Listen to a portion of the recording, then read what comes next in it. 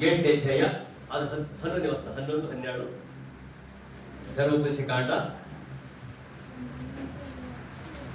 8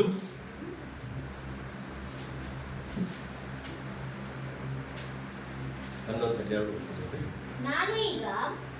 ನಾನು ಈಗ ನಿಮಗೆ ಬೋಧಿಸುವ ನಿಮ್ಮ ದೇವರಾದ ಯೆಹೋವನ ಆಜ್ಞಾವಿಧಿ ನಿರ್ಣಯಗಳನ್ನು ಕೈಕೊಳ್ಳದವರು ಆತನನ್ನು ಮರೆಯುವುದು ಆಗ್ಬೇಡ. ಹ್ಯಾಂಗ ಮಾಡ್ಬಾರ್ದು? ಆತನ ನಾನು ಈಗ ನಿಮಗೆ ಬೋಧಿಸುವ ದೇವರಾದ ಯೆಹೋವನ ಆಜ್ಞಾ ವಿಧಿ ನಿರ್ಣಯಗಳನ್ನು ಕೈಕೊಳ್ಳದವರು, ಆಮೇಲೆ ಮರೆಯುವವರು ಅದರ ಕೈಕೊಳ್ಳದವರು, ಮರ್ತು ಹೋಗೋರು ಆಗ್ಬಾರ್ದು. ನೋಡ್ರಿ, ಮರ್ತು ಹೋಗ್ಬಾರ್ದು. ಯಾಕಂದ್ರೆ ಇಷ್ಟೆಲ್ಲ ಮಾಡಿದ್ರಲ್ಲ, ಮರ್ತು ಹೋಗ್ಬಾರ್ದು. ಇಲ್ಲಿ ಬೈಬಲ್ ಹೇಳ್ತಾನೆ ಮರ್ತು ಹೋಗ್ಬಾರ್ದು. ಇಸ್ರಾಯೇಲರು ಮರ್ತು ಹೋಗ್ಬಿಟ್ಟು, ಇಲ್ಲಿ ಹೇಳ್ತಾನೆ ಮರ್ತು ಹೋಗ್ಬಾರ್ದು. ಇದು ಮೋಶನ್ ಹೇಳ್ತಾನೆ, ದಾವೀದ ಹೇಳ್ತಾನೆ ಇಲ್ಲ ಮರ್ತು ಹೋಗ್ಬಾರ್ದು. ಯಾಕಂದ್ರೆ ದೇವರು ಮಾಡಿದ ಉಪಕಾರಗಳನ್ನ ಎಂದು ಮರ್ತು ಹೋಗ್ಬಾರ್ದು. ಆಮೇಲೆ ಹೇಳ್ತಾನೆ ಮರೆಯಬೇಡ್ರಿ. ನೋಡ್ರಿ, ಆಮೇಲೆ ನೋಡಿರಿ ನೀವು ಹೊಟ್ಟೆ ತುಂಬಾ ಉಂಡು ಸುಖವಾಗಿದ್ದು ಒಳ್ಳೆ ಮನೆಗಳನ್ನು ಕಟ್ಟಿಸಿಕೊಂಡು ಅವುಗಳಲ್ಲಿ ವಾಸವಾಗಿರುವ ಕಾಲದಲ್ಲಿ ನಿಮ್ಮ ದನಗಳು ಆಡು ಕುರಿಗಳು ನಿಮ್ಮ ಬೆಳ್ಳಿ ಬಂಗಾರವು ಆಸ್ತಿ ಎಲ್ಲವೂ ಹೆಚ್ಚುತ್ತಿರುವಾಗ ಒಂದು ವೇಳೆ ನೀವು ಮದಿಸಿ ನಿಮ್ಮ ದೇವರಾದ ಯೆಹೋವನನ್ನು ಮರ್ತಿರಿ, ಮರ್ತು ಬಿಡ್ರಿ. ಹಿಂಗೇನ ಮರೆತೀರಿ, ಮರಿಬೇಡ, ಮರಿಲಿಕ್ಕೆ ಹೋಗಬೇಡ. ಯಾವುದು ಗೊತ್ತಾ? ಎಲ್ಲ ಹೆಚ್ಚಿಸುವವನು ತಗ್ಗಿಸುವವನು ಅವನೇ. ನೀನ್ ಏನ್ ಮಾಡ್ತಾನ? ರಿಮೋಟ್. ಯಾಕೆ ನಿನ್ನ ಐಶ್ವರ್ಯ ಹೆಚ್ಚೋದು ಕಮ್ಮಿ ಮಾಡೋದು ಎಲ್ಲ ಅವನ ಕೈಲಿದೆ. ಆಗ ಹೇಳ್ತಾನ ಹೊಟ್ಟೆ ತುಂಬ ಉಂಟು, ಹೊಟ್ಟೆ ಚೆನ್ನಾಗಿ ಒಳ್ಳೆ ರೀತಿ ಹೊಟ್ಟೆ ತುಂಬ ಊಟ ಮಾಡಿ ಆಮೇಲೆ ಹೊಟ್ಟೆ ತುಂಬ ಉಂಡು ಸುಖವಾಗಿದ್ದು ಒಳ್ಳೆ ಮನೆ ಕಟ್ಟಿಸಿಕೊಂಡು ಅವುಗಳಲ್ಲಿ ವಾಸವಾಗಿರುವ ಕಾಲದಲ್ಲಿ ನಿಮ್ಮ ದನಗಳು ಆಡು ಕುರಿಗಳು ನಿಮ್ಮ ಬೆಳ್ಳಿ ಬಂಗಾರವು ಆಸ್ತಿ ಎಲ್ಲವೂ ಹೆಚ್ಚುತ್ತಿರುವಾಗ ಒಂದು ವೇಳೆ ನೀವು ಮದಿಸಿ ನಿಮ್ಮ ದೇವರಾದ ಯೆಹೋವನನ್ನು ಮರೆತೀರಿ. ಮರಿಬೇಡ. ಒಳ್ಳೆ ಮನೆ ಕಟ್ಟುವಾಗ, ಒಳ್ಳೆ ಡ್ರೆಸ್ ಉಟ್ಕೊಳ್ಳುವಾಗ, ಬೆಳ್ಳಿ ಬಂಗಾರ ಸಂಪಾದನೆ ಮಾಡಕ್ ಹಾಕುವಾಗ, ಒಳ್ಳೆ ಒಳ್ಳೆ ನೀನು ಒಂದು 10-20 ಬಂಗಾರ ಹಾಕಿದಾಗ, ಒಳ್ಳೆ ಮನೆ ಚೆನ್ನಾಗಿ ಮನೆ ಕಟ್ಟಿದಾಗ, ನಿಮ್ಮ ದನ ಕುರಿಗಳೆಲ್ಲ ಹೆಚ್ಚುವಾಗ, ನಿಮ್ಮ ದನ ಕುರಿಗಳೆಲ್ಲ ಚೆನ್ನಾಗಿ ಒಳ್ಳೆ ಉತ್ತಮ ಮರಿ ಹಾಕುವಾಗ ಒಂದೇಳೆ ಮರ್ತಿ ಬಿಜಿ ಆಗಿಬಿಟ್ಟು ದೇವ್ರಿಗೆ ನೋಡಲಾರ್ದೆ ಇದ್ದಿ. ಬೀಲ್ ಹೇಳ್ತಾನ ನೋಡ್ಬೇಕು, ದೇವ್ರಿಗೆ ನೋಡ್ಬೇಕು. ಎಂತ ಬಿಜಿ ಆಗಿದ್ರು ಬರ್ಬೇಕು.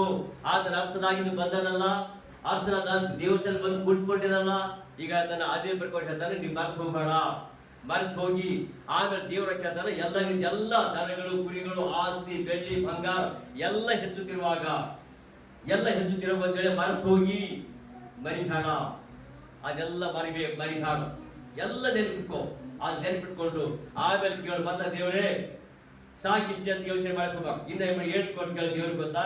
ಮತ್ತೆ ಕೇಳ್ಬೇಕು ಅಂದ್ರ ದೇವರೇ ಒಂದು ಎಕ್ಸಾಂಪಲ್ ಬಿಜಿ ಮಾಡ್ಬಿಟ್ಟಪ್ಪ. ಒಂದು ಒಳ್ಳೆ ಜಾಬ್ ಕೊಟ್ಟ, ಹೊಲ ಕೊಟ್ಟ, ಮನೆ ಕೊಟ್ಟ, ಒಂದು ಯಾವ್ದು ಬಿಸಿನೆಸ್ ಸ್ಟಾರ್ಟ್ ಮಾಡಿ ಮನೆ. ಆ ಬಿಸಿನೆಸ್ ಸ್ಟಾರ್ಟ್ ಮಾಡಿವಲ್ಲ, ಫಸ್ಟ್ ಮಾಡ್ತಾ ನೀನು 4 ಜನ ಅಷ್ಟೇ ಮಾಡ್ತೀನಿ ಅಂತ. ಆಮೇಲೆ ಚೆನ್ನಾಗಿ ಮಾಡಿದಾಗ, ಜನ ಒಳ್ಳೆ ಬಿಸಿನೆಸ್ ಮಾಡುವಾಗ ಫಸ್ಟ್ ಬರೀತೀವಿ. ಆಮೇಲೆ ಚೆನ್ನಾಗಾಯ್ತು ಎಲ್ಲ ಹೇಳ್ತಾರೆ. ಆಮೇಲೆ ನಮ್ಗೆ ಅದು ಕಳ್ಸ್ಕೊಡ್ರಿ, ಈ ಕಡೆ ಕಳ್ಸ್ಕೊಡ್ರಿ, ನಮ್ಗೆ ಅದು ಕೊಡ್ರಿ, ಇದು ಕೊಡ್ರಿ ಅಂತ ಕಳಿಸ್ತಾ ಇದ್ರು. ಆ ಕಳಿಸ್ತಿದ್ದಾಗ ಹೆಚ್ಚಿನ ಪ್ರಾಡಕ್ಟ್ ಉತ್ಪತ್ತಿ ಮಾಡುವಾಗ ಆಮೇಲೆ ಬೇಕಾದಷ್ಟು ಖರ್ಚು ಮಾಡುವಾಗ ಈಗ ಆಗ ಮತ್ತೆ ಇನ್ನು ಬೇಡಿಕೆ ಹೆಚ್ಚಿಗೆ ಬಂತಂದ್ರೆ ಕೂಲಿ ಇಟ್ಕೋತೀರಲ್ಲ. ಎಕ್ಸಾಂಪಲ್ ಈಗ ಒಂದು ಹೊಲ ಇದೆ, 1 ಎಕರೆ ಹೊಲ ಇರ್ಬೇಕು. 1 ಎಕರೆ ಹೊಲದಲ್ಲಿ ಸ್ವಲ್ಪ ಏನೋ ಇಷ್ಟು ಕುರಿಗಳಿದ್ದಾವ, ದನಗಳಿದ್ದಾವ, ಇಷ್ಟು ವ್ಯವಸಾಯ ಸಾಕೋದು ಜೀವನ ಮಾಡ್ಬೇಕು ಬರ್ತಾ ಇದ್ದೇವೆ. ಇನ್ನೊಂದು ದೇವರ ಮಾಡಿದ್ರೆ ಇನ್ನೊಂದು ಎಕರೆ ಹೆಚ್ಚಿಗೆ ಮಾಡಿ ಇನ್ನೊಂದು ಎಕರೆ ಹೆಚ್ಚು ಕೊಟ್ಟಾಗ ಆ 1 ಎಕರೆದಾಗ ಇಬ್ಬರು ಹೋಗೋ ಸಾಕು ಅಂತ ಯೋಚನೆ ಮಾಡಿದೆವು. ಇನ್ನೊಂದು ಎಕರೆ ಕೊಟ್ಟಾಗ ಇನ್ನೊಂದು ಎಕರೆ ಅಭಿವೃದ್ಧಿ ಪಡಿಸುವಾಗ ಕೂಲಿ ಆಳಿಗೆ ಇಟ್ಕೊಂಬ ನಾವು ಇಟ್ಕೊಯ್ತು. ಆಮೇಲೆ ಮಾಡ್ತದೆ 2-3 ಕುರಿ ಸಾಕ್ತಾ ಇದ್ದೇವಲ್ಲ, ಈಗ ಏನು ಮಾಡ್ತೇವೆ, ಈಗ 4-5 ಕುರಿ ಸಾಕು 10 ಕುರಿ ಸಾಕ್ತಾ ಇದ್ದೆವು. ಆಮೇಲೆ ದೇವ್ರ ಮಟ್ಟ ಮತ ದೇವ್ರ ಜೊತೆ ಬಂದು ಮತ ಪ್ರಾರ್ಥನೆ ಮಾಡ್ತೀವಿ, ಮತ ದೇವ್ರ ಬಂದು ದೇವ್ರ ಹಾಕಿ ಧ್ಯಾನ ಮಾಡಿದ್ವಿ, ಆತ ಜೊತೆ ಬರ್ತೀವಿ, ಎಲ್ಲ ಸಾಹಸ ಮಾಡಿದ್ವಿ. ಆ ಸಾಹಸ ಮಾಡಿ ಮತ್ತೆ ಮಟ್ಟ ಮತ್ತೊಂದು ಏನೋ ಕರುಣೆ ಪಟ್ಟು ಮತ್ತೊಂದು ಎಕರೆ ಹೊಲ ಪಟ್ಬಿಟ್ಟ. ಎಷ್ಟು ಕೊಟ್ಟಿಗೆ ಎಷ್ಟು ಎಕರೆ ಇತ್ತು?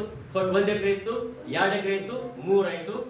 ಆ ಕೂಲಿ ಆಳು ಕೊಟ್ಟರೆ ಈಗ ಕೂಲಿ ಆಳು ಹೆಚ್ಚಿಗೆ ಬರ್ಬೇಕು, ಬಾಡೋ ಬರ್ಬೇಕು. ಆಮೇಲೆ ದನ ಕುರಿ ಹೆಚ್ಚಿಗೆ ಆಗ್ಬೇಕು, ಆಗ್ಬಾರ್ದು ಆಗ್ಬೇಕು. ಆಮೇಲೆ ಮತ ದೇವ್ರ ಬಂದು ಮತ ಕೈ ಒಡ್ಡಿ ದೇವ್ರೇ ನನ್ 4 ಎಕರೆ ಕೊಡು ದೇವ್ರೇ ಮತ್ತೆ 5 ಎಕರೆ ಕೊಡು ದೇವ್ರೇ, ಮತ ಕೊಟ್ಬಿಟ್ಟು 5 ಎಕರೆ ಕೊಟ್ಟು 10 ಎಕರೆ ಕೊಟ್ಬಿಟ್ಟು 10 ಎಕರೆ ಕೊಟ್ಬಿಟ್ಮೇಲೆ ಅದ್ರಲ್ಲಿ ಇಬ್ಬರು ಗ್ಯಾರಂಟಿ ಮಾಡಿ ಸಾಧ್ಯನಾ? 10 ಎಕರೆದಾಗ 4 ಕುರಿ ಮೇಲೆ ಸಾಕ. ಆಮೇಲೆ ಮತ್ತೆ ಈ 10 ಎಕರೆ ಹೊಲ ಬಿತ್ತಬೇಕಾಗಿದೆ. ಹೊಲ ಬಿತ್ತಬೇಕಾದ್ರೆ ಕೂಲಿ ಹಸ್ದಿನ ಹಚ್ಚಲ್ಲ, ಹಚ್ಬೇಕಾದ್ರೆ ಈಗೇನೋ ಇಷ್ಟಿದ್ದಾಗ ಪ್ರಾಬ್ಲಮ್ ಏನಿಲ್ಲ, ಏನ್ ತೊಂದರೆ ಇಲ್ಲ. 1 ಎಕರೆದಾಗ ದೇವ್ರೇ ನಾನು 2 ಎಕರೆ ಕೊಡಪ್ಪ ದೇವ್ರೇ 4 ಕುರಿ ಕೊಡಪ್ಪ ದೇವ್ರೆ ಕೇಳಿದೆವು. 10 ಎಕರೆ ಕೊಟ್ಬಿಟ್ಟ 100 ಕುರಿ ಕೊಟ್ಬಿಟ್ಟು ಇಬ್ಬರು ಆಳುಗಳಿದ್ದರು. ಈಗ 20 ಜನ ಆಳಾಗ್ಯಾರ. 20 ಜನ ಆಳು, 10 ಎಕರೆ ಹೊಲ, 100 ಕುರಿಗಳು, ಇವೆಲ್ಲ ಆಗ್ಬೇಡ. ಬರ್ತೇವೆ ಪ್ರೇಣಿಗೆ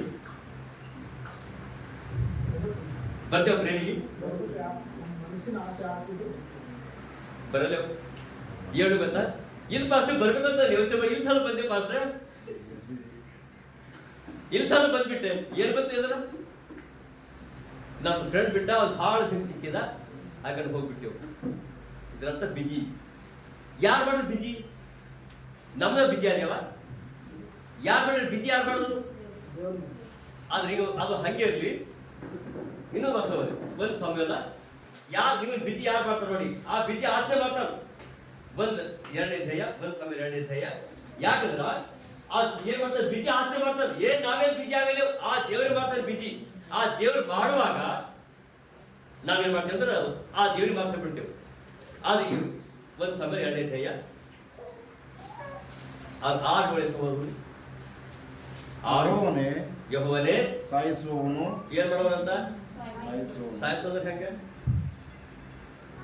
ಯೆಹೋವನೇ ಸಾಯಿಸುವವನು, ಬದುಕಿಸುವವನು, ಪಾತಾಳದಲ್ಲಿ ಕಬ್ಬುವವನು, ಮೇಲಕ್ಕೆ ಬರಮಾಡುವವನು ಆತನೇ. ಬಡತನ ಸಿರಿತನಗಳನ್ನು ಕೊಡುವವನು, ತಗ್ಗಿಸುವವನು, ಹೆಚ್ಚಿಸುವವನು ಯೆಹೋವನೇ. ಸಾಕು. ಯೆಹೋವನೇ ಸಾಯಿಸುವವನು. ಸಾವು ಬರಬೇಕಾದ್ರೆ ಹಂಗೆ ಯಾರು ಪಡಿಬೇಕು? ಸಾಯ್ಬೇಕಾದ್ರು, ನೀವು ಉಳಿಬೇಕಾದ್ರು ಸಾಯಿಸೋನು ಬದುಕಿಸೋನು. ಎಕ್ಸಾಂಪಲ್ ಈಗ ಹೌದು, ನದಿ ಇರ್ತದ, ನದಿ ಮುಳುಸೋನು ತೇಲ್ಸೋನು. ಯಾರು ಮುಳುಸೋನು? ಅವ್ರ ಕೈಗಿದೆ. ತೇಲ್ಸೋದು ಪಾತ್ರ ದಬ್ಬವನಿಂದ ಮ್ಯಾಲ ಕೆತ್ತವನೇ ಅಂತ, ಮುದ್ದಬ್ಬವನಿಂದ ಎತ್ತವನು ಅವನೇ ಅಂತ. ಅಂದ್ರೆ ಈ 2 ಮಾಡೋನು ಅವನೇ. ಆಮೇಲೆ ಹೇಳ್ತಾನೆ ಐಶ್ವರ್ಯಗಳಿಗೆ ಕೊಡೋವನು, ಕಮ್ಮಿ ಮಾಡೋರು ಹೆಚ್ಚು ಮಾಡೋ ಅವನೇ. ಕಂಬಿತ್ತೋ ದೇವ್ರೇ ನನ್ ಅದು ಕೊರತೆ ದೇವ್ರೇ, ಇದು ಕೊರತೆ ದೇವ್ರೇ, ಮನಿ ಇಲ್ಲ ದೇವ್ರೇ, ಅದು ಇಲ್ಲ ದೇವ್ರೇ, ಇದು ಇಲ್ಲ ಅಂತ ಹೇಳಿದೆವು. ಎಲ್ಲ ಕೊಟ್ಬಿಟ್ಟು ಮರ್ತೋಗ್ಬಿಟ್ಟೆವು. ಯಾಕೆ ಮರ್ತೋಗ್ಬಿಟ್ಟೆವು? ಎಲ್ಲ ಆಗಿದೆಯಲ್ಲ, ಈಗ ಬರೋ ಅವಶ್ಯಕತೆ ಇಲ್ಲ. ಆದ್ರೆ ಬೇಗ ಇಲ್ಲಿ ಹೇಳ್ತಾನ, ಈ ಹೆಚ್ಚಿಸುವನು ತಗ್ಗಿಸುವನು ಅವನೇ. ಬಡತನ ಸಿರಿತನಗಳು ಆ ಆಶೀರ್ವಾದ ಮಾಡು ದೇವರೇ. ಆ ದೇವರೇ ನಿನ್ನ ಮನೆ ಕೊಡೋ, ಆ ದೇವರೇ ನಿನ್ನ ಜಾಬ್ ಕೊಡೋ, ಆ ದೇವರೇ ಕೊರತೆ ನೀಗಿಸೋ, ಆ ದೇವ್ರು ಎಲ್ಲ ನೀಗಿಸೋನು ಆಗಿರೋದ್ರಿಂದ ಆ ಜೊತೆ ಎಲ್ಲ ಒಂದು ಯೋಚನೆ ಮಾಡಿ. ಏನು ದೊಡ್ಡ ಏನಾದ್ರು ಕೊಡೋದು ಹೇಳ್ತದಲ್ಲ. ಒಂದು ಎಕ್ಸಾಂಪಲ್, ಈಗ 100 ಚೀಲ ಬೆಳೆದು ಎಷ್ಟು? 100 ಚೀಲ ಎಷ್ಟು ಕೇಳ? ಈಗ 10 ಚೀಲ ಬೆಳೆದ, 10 ಚೀಲ ಎಷ್ಟು ಕೊಡೋದು ಕೇಳ್ತಾನ? ಎಷ್ಟು ಕೇಳ? 9 ಯಾರಿಗೆ? 9 ನಂಬರ್. 1 ಯಾರಿಗೆ? ದೇವರಿಗೆ. ಅವ್ರು ಹೇಳ್ತಾನ 5 ಇಷ್ಟು ಹೊಲ ಕೊಟ್ಟಿದೆಯಲ್ಲ, ಆ ಹೊಲದಲ್ಲಿ ಎಷ್ಟು ಕೊಡ್ತೀವಿ ಗೊತ್ತಾ? 1 ಕೊಡೋದು ಕೇಳ್ತಾನ. 1 ಹಿಂಗ್ ಮಾಡ್ಬೇಕಾಗಿದೆ. ಅದು ಉಲ್ಟಾ ಮಾಡ್ಬೇಡ್ರಿ. ಉಲ್ಟಾ ಮಾಡಿ ಗೊತ್ತಾಗಿ ಉಲ್ಟಾ ಮಾಡ್ಬಿಡ್ರಿ. ಉಲ್ಟಾಗಿ 9 ನಾನು ಕೊಡು, 1 ನೀ ಇಟ್ಕೋ. ಎಷ್ಟು ಕೊಡು? ದೇವ್ರ ಕೇಳಬೇಕಾಗಿತ್ತು, ಇದೆಲ್ಲ ನಂದೇ ಅಲ್ಲ, ಈ ಹೊಲ ನಂದೇ, ಈ ಕುರಿಗಳು ನಂದು, ಬೆಳ್ಳಿ ನಂದು, ಬಂಗಾರ ನಂದು, ಎಲ್ಲ ದನ ಕುರಿ ಎಲ್ಲ ನಂದೇ ಇದ್ದಾವ. ನನಗೆ ಹೆಚ್ಚಿಗೆ ಕೊಡ್ಬೇಕು, ನಿನಗೆ ಹೆಚ್ಚಿಗೆ ಇಟ್ಕೋಬೇಕು. ಈಗ 9 ಯಾರು ತಗೋಬೇಕೀಗ? ಹೊಲ ನಿಂದಲ್ಲ, ಹೊಲ ನಂದೇ, ಆ ಬೀಜ ಬಿತ್ತಿದ್ದು ನಂದೇ, ನೀರು ನಂದೇ, ಬಿಸಿಲು ನಂದು, ಎಲ್ಲವೂ ನಂದೇ ಇದ್ದಾವ. ನನಗೆ ಹೆಚ್ಚಿಗೆ ಬೇಕು, ನಿನಗೆ ಹೆಚ್ಚಿಗೆ ಬೇಕು. ದೇವ್ರಿಗೆ ಹೆಚ್ಚಿಗೆ ಬೇಕಾ ಕಮ್ಮಿ ಬೇಕು? ಹೆಚ್ಚಿಗೆ ಬೇಕಲ್ಲ. ಆದ್ರೆ ಏನು ಮಾಡಬೇಕಾಗಿತ್ತು? 9 ನಾನು ಕೊಡು, 1 ನೀ ಇಟ್ಕೋ. ಹಿಂಗೆ ಹೇಳ್ಬೇಕಾಗಿತ್ತು. ಇಲ್ಲಿ ಬೈಬಲ್ ಹೇಳ್ತಾನ ಹಾಗೆ ಹೇಳಿಲ್ಲ. ಏನ್ ಹೇಳಿ ಗೊತ್ತಾ? 9 ನೀ ಇಟ್ಕೋ, 9 ನೀನ್ ಇಟ್ಕೋ. ಮತ್ತೇನ್ ಮಾಡ್ಬೇಕು? ಎಷ್ಟು ಕೊಡ್ಬೇಕು ನನಗೆ ಅಂತ ಹೇಳಿದಾನ? 1 ಕೊಡು. 10 ಬೆಳೆದವಲ್ಲ, 10 ಚೀಲ ಇಲ್ಲ, 1 ಚೀಲ ಕೊಡು ಸಾಕು ಅಷ್ಟೇ. ಇದೇ ನೋಡು ಕಾಲ. ನೆನಪು ಮಾಡಿಸ್ತಾರೆ, ಇದು ಮಾರ್ಕೋಬೇಡ. ಯಾಕಂದ್ರೆ ನಿನ್ನ ಐಶ್ವರ್ಯ ಬಡತನ ನನ್ನ ಕೈಲೇ ಇದೆ. ಅದು ಆ ಹೆಚ್ಚಿಸೋ ನಾನೇ, ತಗ್ಗಿಸೋ ನಾನೇ. ಇಲ್ಲಿ ಹೇಳ್ತಾನ ಒಂದು ಎಕ್ಸಾಂಪಲ್. ಅದಕ್ಕೆ ಏನು ಅಂತಿರಲ್ಲ, ಏನ್ ಈಗ ಎಲ್ಲ ಹೊಲ ಹೊಡೆದ ಅಂತ ನೀರು ಕೊಡ್ತಾರ. 4ನೇ ಹಿಸ್ಸ ನೀರು ಕೊಟ್ಟು ನೀವು ಹೊಲ ಕೊಟ್ಟು ಎಲ್ಲ ಮಾಡ ಬರೀ ಮಾಡ್ಬೇಕಷ್ಟೇ. ನೀವು ಹೊಲ ಮಾಡಿ ಎಷ್ಟು? ಈಗ ಹೊಲ ಅವ್ರದೇ, ಬೋರ್ ಅವ್ರದೇ, ಎಲ್ಲ ಅವ್ರದೇ ಇರುವಾಗ ಬರೀ ನಾವು ಮಾಡಬೇಕು. ಮತ್ತೆ ಹೊಲ ಅವ್ರದೇ, ಎಲ್ಲ ಅವ್ರದೇ ಅಂತ ಬರೀ ನಾವು ಮಾಡೋರು ಅಷ್ಟೇ. ಅದಕ್ಕೆ ಎಷ್ಟು ತಗೋತೀರಿ? ಈಗ ಹೊಲ ಅವ್ರದೇ ಇರ್ತದ, ನೀರು ಅವ್ರದೇ ಇರ್ತದೆ. ಬರೀ ಅದು ನಮ್ದು ಏನು ಜಸ್ಟ್ ಮಾಡೋರು 1 ವರ್ಷ 2 ವರ್ಷ ನಾವು ಮಾಡ್ತೇವೆ ಅಷ್ಟೇ.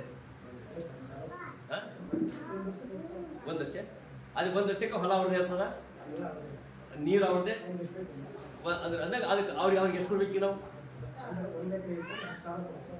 ನಾವೇ ಸುಟ್ಬೇಕು, ಉಳಿದ ನಾವೇ ಕೊಡ್ಬೇಕಾ? ಅಂದ್ರೆ 10,000 ಕೊಡ್ಬೇಕು ಅವ್ರಿಗೆ. ಫಸ್ಟ್ ಹೆಂಗೆ ಅವರು ಒಪ್ಪಂದ ಮಾಡ್ಕೊಂಡಿರ್ತಾರೆ, ಒಪ್ಪಂದ ಹೆಂಗೆ ಮಾಡ್ಕೊಂಡಿರ್ತಾರೆ ಅದನ್ನೇ ಇರ್ತದೆ. ಒಪ್ಪಂದ ಮಾಡ್ಕೊಂಡ್ಮೇಲೆ ಒಪ್ಪಂದ ಕೆಲವೊಬ್ರು ಅದು 4 ಆಣೆ, 1 ರೂಪಾಯಿ 4 ಆಣೆ ಅವನಿಗೆ, ಓನರಿಗೆ ಮಿಕ್ಕಿದ 75 ಪೈಸೆ. 75 ಓನರಿಗೆ, ಒಂದು ಭಾಗ ಕೆಲಸ ಹಿಂಗೆ ಒಪ್ಪಂದ ಆಗುವುದು. ಒಪ್ಪಂದ ಮಾಡ್ಕೊಂಡ್ರ ಮೇಲೆ ಡಿಪೆಂಡ್ ಐತೆ. ಒಪ್ಪಂದ ಮೇಲೆ ಡಿಪೆಂಡ್. ಆ ಒಪ್ಪಂದ ಮೇಲೆ ಡಿಪೆಂಡ್ ಇದ್ದಲ್ಲ. ಈಗ ಆ ಹೊಲ ಅವನದೇ ಇದ್ದಾವ, ಮಾಲೀಕಂದೇ. ಹೊಲ ಮಾಲೀಕಂದು ಯಾವುದು? ದೇವ್ರದೇ. ನೀರು ದೇವ್ರದೇ, ಬೀಜ ದೇವ್ರದೇ, ಭೂಮಿ ದೇವ್ರದೇ, ಬಿಸಿಲು ದೇವ್ರದೇ, ಎಲ್ಲ ಪ್ರತಿಯೊಂದು ಎಲ್ಲ ವಾಸನೆಯಿಂದ. ಆಮೇಲೆ ನಾವು ಕೆಲಸ ಮಾಡ್ತಾ ಜೀವನ ದೇವ್ರದೇ ಇದೆ. ಇಷ್ಟೆಲ್ಲ ಮಾಡಿದಾಗ ಆ ಕೇಳ್ತಾರೆ 9 ಕೊಡು ಕಳೀಲಿ, ಒಪ್ಪಂದ ಮಾಡ್ಕೊಡ. ಏನ್ ಕೊಡು ಗೊತ್ತಾ? 9 ನಾನು ಕೊಡು, 1 ನೀ ಇಟ್ಕೋ ಅಂತ ಹೇಳಿದ. 9 ನೀನು ಕೊಡು, ಇಟ್ಕೋ, 1 ನಾನು. ಈ ಒಪ್ಪಂದ ಇದೆ. ಎಲ್ಲಿ ತನಕ ಒಪ್ಪಂದ? ನೀನು ಮೂಗಿನ ಶ್ವಾಸ ಇರ್ತಾರೆ, ಕೈಕಾಲು ಶಕ್ತಿ ಇರೋ ತನಕ ಮಾಡ್ಬೇಕಿರು ಹೋಗು. ಆಮೇಲೆ ಅಷ್ಟಲ್ಲದೆ ಅಷ್ಟೇ ಬಿಟ್ಟಿದ್ದಾನ. ಮತ್ತೆ ಮಕ್ಕಳಿಗೆ ಅದ್ರ ಮೇಲೆ ಇರ್ಬೇಕು. ಹಾಗೆ ಒಪ್ಪಂದ ಇದು. ಆ ಒಪ್ಪಂದ ಮೇಲೆ ಆ ಒಪ್ಪಂದ ಮಾಡ್ಕೊಂಡು ದೇವರಿಗೆ ಆ ಕೇಳ್ತಾರೆ 9 ನಾನು ಕೊಡು, 1 ನೀ ಇಟ್ಕೋ ಅಂತ ಹೇಳಿಲ್ಲ. ಆತ 1 ನೀ ಇಟ್ಕೋ, 9 ನಾನು ಕೊಡು ಅಂತ ಹೇಳಿದ. ಆದ್ರೆ 9 ನೀ ಇಟ್ಕೋ, 1 ನಾನು ಕೊಡು. 1 ನಾನು ಕೊಡು ಸಾಕು. 1 ನಾನು ಕೊಡು ಅಂತ ಹೇಳುವಾಗ ಅದು 1 ನಾವು ಕೊಡ್ತೇವ? 1 ಭಾಗ ಕೊಡ್ತೇವ? ಈ ಬೈಬಲಿಗೆ ಏನು ಗೊತ್ತಾ? ಕೊಡ್ಲಾರ್ದ ಕಾರಣ ಇದೆ. ಯಾಕೆ ಕೊಡೋದಿಲ್ಲ ನಾವು? ಯಾರು 9 ಕೇಳಿಲ್ಲಲ್ಲ? 9 ಕೇಳಿಲ್ಲ. ಐಶ್ವರ್ಯ, ಆಸ್ತಿ ಎಲ್ಲ ಹೆಸ್ತಾ ಇದೆಯಲ್ಲ, ಇಷ್ಟೆಲ್ಲ ಮಾಡ್ತಿರುವಾಗ ನಮ್ಗೆ 1 ಕಡಿಮೆ ಬಿಡ್ತಾ ಇದೆ. ಮತ್ತೆ 9 ಇಟ್ಕೊಂಡು ಹೇಳ್ತಾ ಇದ್ದಾರಲ್ಲ, ಆ 9 ನಮ್ಗೆ ಇಷ್ಟ ಇಲ್ಲ. ಅದು ಇಲ್ಲಿ ಬೈಬಲ್ಗೆ ಹೇಳ್ತಾರೆ ಗೊತ್ತಾ? ಅದು ಕೇಳ್ತಾರೆ ಈಗ 9 ಅದು 1 ನಾವು ಇಟ್ಕೋತಾ ಇದ್ದೇವಲ್ಲ, ಅದಕ್ಕೆ ಏನಂತೀವಿ? ಇಟ್ಕೋತಾ ಇದ್ವಿ ನಾವು, ಕೊಡ್ತಾ ಇಲ್ಲ. ಅಪಶು ಕೊಡ್ತೇವೆ, 1 ಅಪಶು ಕೊಟ್ಟೆ. ಈಗ ಒಪ್ಪಂದ, ಆ ಒಪ್ಪಂದ